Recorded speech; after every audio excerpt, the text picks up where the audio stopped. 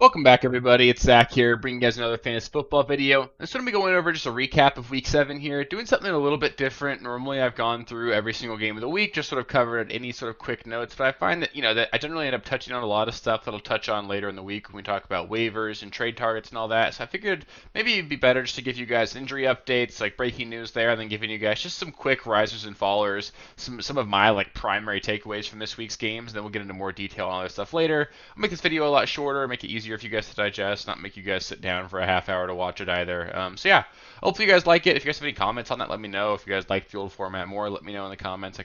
I'm happy to go back, just playing that with different stuff there. And yeah, so yeah, a lot of stuff that we can learn this week. Really exciting week 7. A lot of crazy stuff. We had a lot of players honestly underperformed. Like there was not a whole lot of high flying wide receiver production this week. I believe the wide receiver one in the week ended up being Amon-Ra St. Brown, who didn't do a ton. I mean, he was obviously great, but for being the wide receiver one in the week, that's a pretty down week. So just a bit of a weird week. Lots of injuries, lots of stuff to talk about there, and I'll just sort of go through each of the major injuries, talk about them, and then we can go through from there and see if you guys have any questions or anything. Just let me know in the comments. Starting things off with the not fun stuff here, we're just going to do a quick injury recap here. Starting things off with the quarterbacks, we have Deshaun Watson. He tore his Achilles. If you were watching the game, didn't need to be a doctor. If you've watched anything that happened to Cousins or Rodgers last year, really easy to watch that play and know exactly what happened here.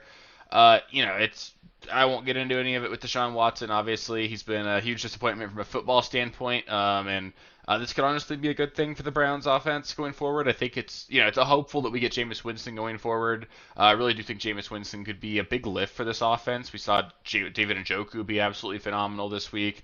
Cedric Tillman was a fun breakout. We'll talk about him on waivers, but I think overall it's actually probably going to be good for the Browns offense this season. And who knows with Deshaun Watson going forward? I think he's got a $73 million cap hit in 2025 and 2026. Nothing the Browns can do about that. So I bet maybe he actually gets another shot to play football. But we'll see what happens there.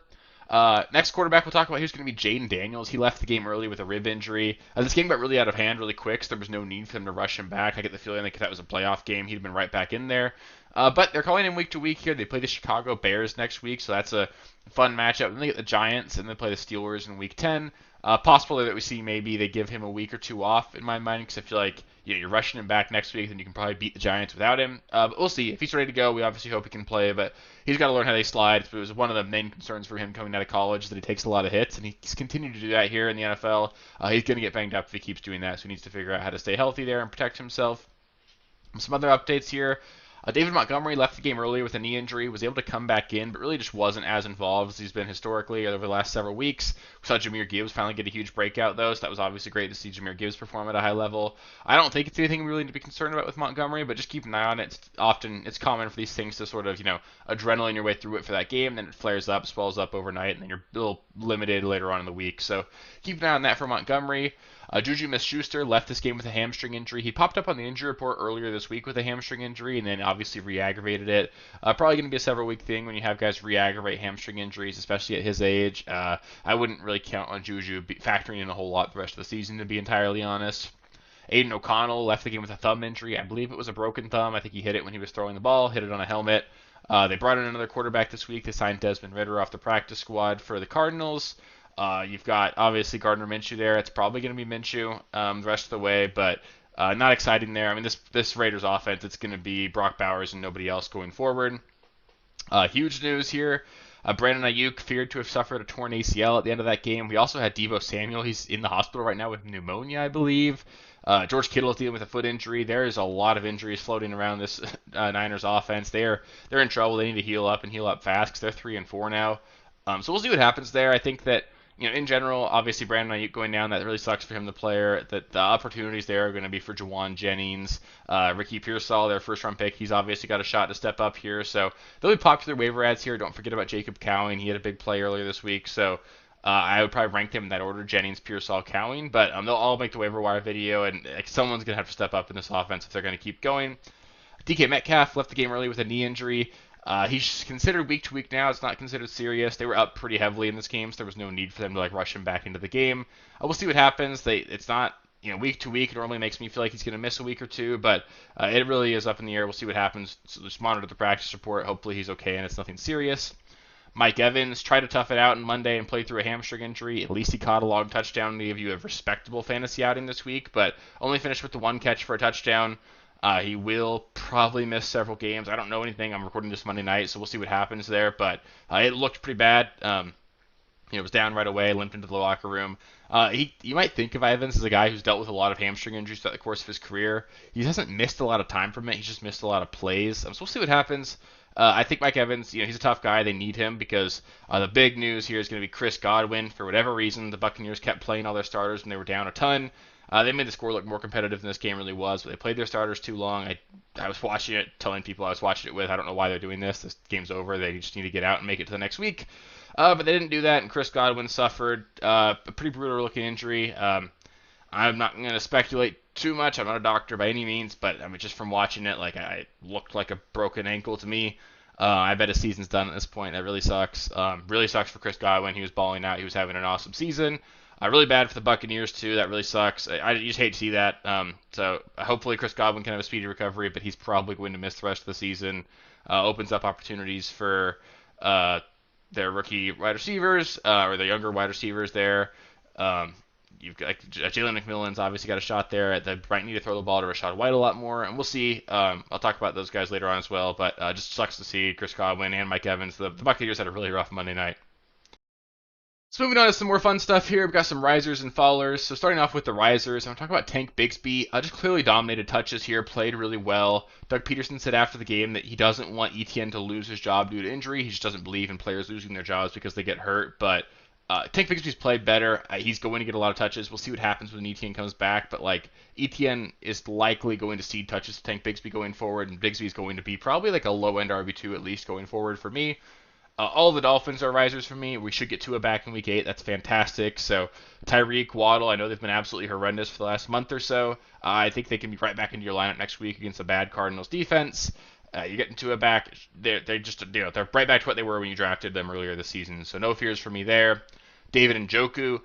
He's a huge riser here. Obviously, he's the clear wide receiver one in Cleveland right now. Should have a quarterback upgrade in all honesty as well, going to Jameis Winston. David Njoku, if you told me he finishes as the tight end one the rest of the way, that's certainly in play for him. So he's a huge riser. I even view him as like a buy high candidate if you can get him. Amari Cooper, huge riser as well. Only played 12 or ran 12 routes, still finished with 6 catches and a touchdown. He's going to be hyper targeted in this offense. He's by far the best wide receiver on the team. You saw Josh Allen throw over 300 yards in his first game with him. Not saying it was all Amari Cooper. Obviously, Keon Coleman had a big game here as well. But Cooper's going to elevate this entire offense, and Cooper's going to be the primary target in it. So it's a big move for him. He should be like a wide receiver 2 for me the rest of the season. George Pickens, another huge riser. Russell Wilson was just willing to take shots to him. Played really well, at least in the back half of the second half of the season, or the second half of the game. This should elevate the entire passing game in Pittsburgh here. George Pickens, he's the prototypical wide receiver that Russ has always loved, throwing it up to guys like DK, guys that can make those contested catches. You can think of all those like over the shoulder, back shoulder throws he's made to Lockett over the years. Pickens has a great ability to make those contested catches, and Russ is going to throw a really great deep ball for him. So Pickens is going to be like a high-end wide receiver too, I think, the rest of the way, as long as Russ is starting. Javonte Williams, big riser for me as well. Just actually looked good last Thursday. I know the Saints have been horrendous on defense, so it's tough to read into that too much, but they play the Carolina Panthers this next week. I bet Javonte has another really good game. If you want to sell high on him after that, you're welcome to, but like Javonte looks better, and this is an offense that's going to involve the running back, so I like Javonte a little bit more going forward. Rachaad White, he's a huge riser.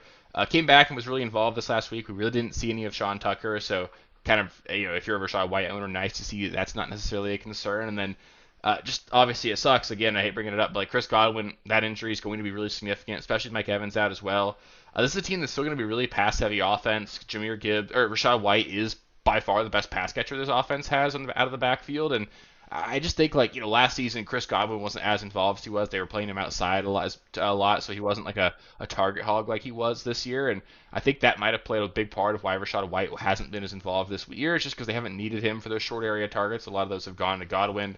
With those gone, I think the Rachaad White door for him being like a really good fantasy asset going forward kind of got cracked open again. So big win for Rachaad White owners, I guess. Jahmyr Gibbs looked awesome this last week. He's just a stud. I think he was a buy low candidate for me, but just a guy that, touchdown production hadn't come yet, but this is one of the best offenses in the NFL. He's a stud. You're playing him. Romeo Doubs just looks really good the last couple of weeks. He's the wide receiver 4 since he was suspended and missed a game. I'm not saying he's the wide receiver one on this team, but he's a guy that needs to be rostered in every single league right now. He's hanging out on too many waiver wires, and he's just a good player on a good offense. He needs to be talked about. Amon-Ra St. Brown. He's a riser here just because, and we'll talk about it. Same thing could be said for Sam Laporta, but we'll talk about him in the followers. But Jameson Williams being suspended for 2 weeks due to a performance-enhancing substance policy or abuse there, yeah, maybe that explains why Jameson Williams is finally breaking out. But for at least those 2 games while he's out, Amon-Ra, everyone else, every other pass catcher in this offense gets a boost, and then coming off of a game where he only had 1 catch for 4 yards anyway, you got to believe Jameson Williams. It's just gonna be tough for this guy to get back on the field. I think. I mean, he's a stud, obviously, but he's had a lot of stuff happen with him. It's missing the first year of his career basically with an injury, getting suspended for gambling, now suspended for this. It just feels like one thing after the other with Jameson. So it's just tough to count on those guys. And then Mark Andrews, 2 touchdowns this week, just starting to look better, much more involved in the offense. This is a Ravens team that's throwing the ball a lot more. Lamar's playing fantastic, and I think Andrews is right back to being maybe like a low-end tight end one the rest of the way. I'm not going to overreact here, but it's great to see him involved. He's a guy we can start at the tight end position going forward. And finally here, we've got some fallers. The main one I'll highlight, Jameson Williams again. Like I said earlier, he's being suspended for 2 weeks due to a performance-enhancing substance abuse policy here. Obviously, that's just really bad for Jameson Williams. The dude has had a hard time staying on the field his entire career, whether it be injury or now this is his second suspension so far in his career. 2 different things there, but it's just not great. These kinds of guys, he got all the talent in the world, but just can't do the right things to stay on the field and be a meaningful contributor. I'm still rooting for him. I hope things work out for him, but at least for these 2 weeks, you're gonna have a lot more opportunity for Sam Laporta to be involved. Obviously, Amon-Ra is gonna get a lot more involvement. If David Montgomery misses time too, it's just gonna really consolidate the tree in this offense. So everybody that's left is gonna get a huge boost. Marvin Harrison Jr., a huge follower for me.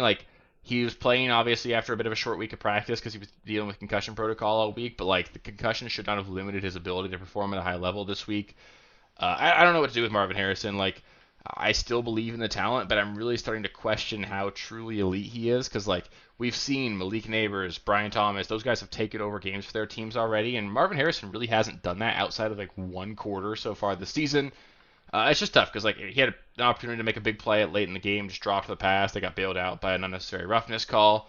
It just doesn't seem like he's getting open. I know they're doubling him a lot, but he needs to be a lot better at this point, and it's just tough for me to trust him. The schedule's not great going forward. You get Miami this week, that's good, but then you get the Bears and the Jets back-to-back. That's tough. The last 5 or 6 weeks of the season, that's nice, so maybe he can ramp up and be really good over the back half, but it's starting to feel we're going back to the well because of the name value and the draft capital, and he's starting to feel like a player that you don't need to be considering a must-start every single week. Anthony Richardson just continues to look awful out there.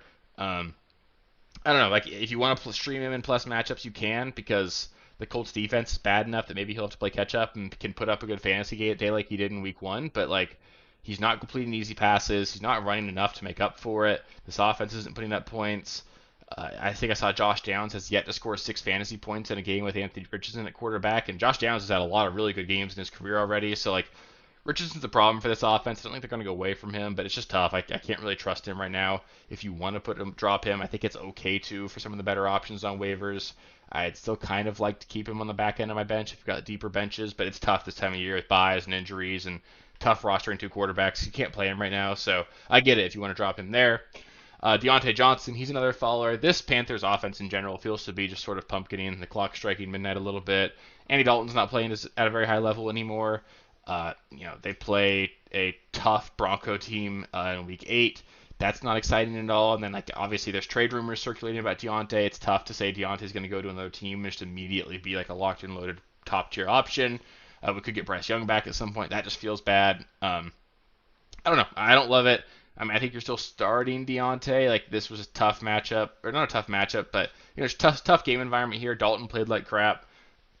Deontay came into the game banged up with a hamstring and a rib injury, so I don't want to put too much into it because he's been really good when he's been healthy and fully out there. But just a little bit makes me a little bit more nervous about Deontay going forward.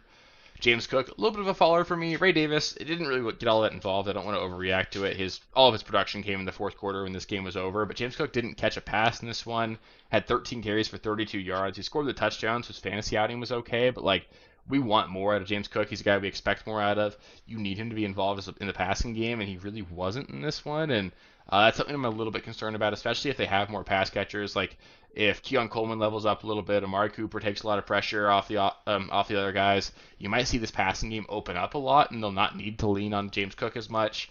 They might not need to throw the ball to him as much, and that does certainly limit his ceiling. And then Travis Kelce just didn't look good this week at all.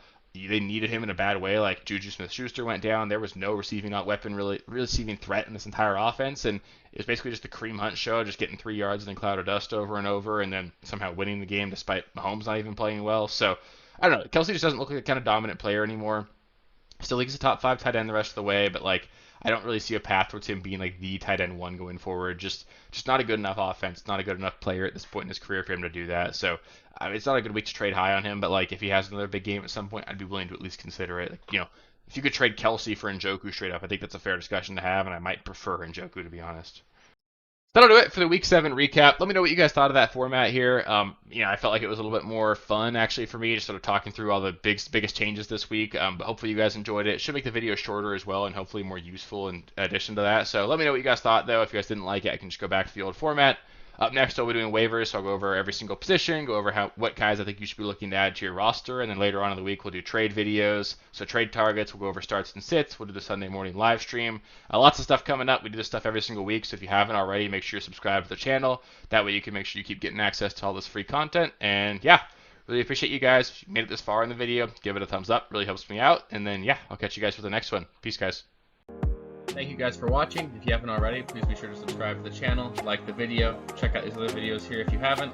If you want more content, please feel free to follow me on Twitter at RealSteelFFB. I'll be more active on there as the season goes on. Thanks. Catch you later.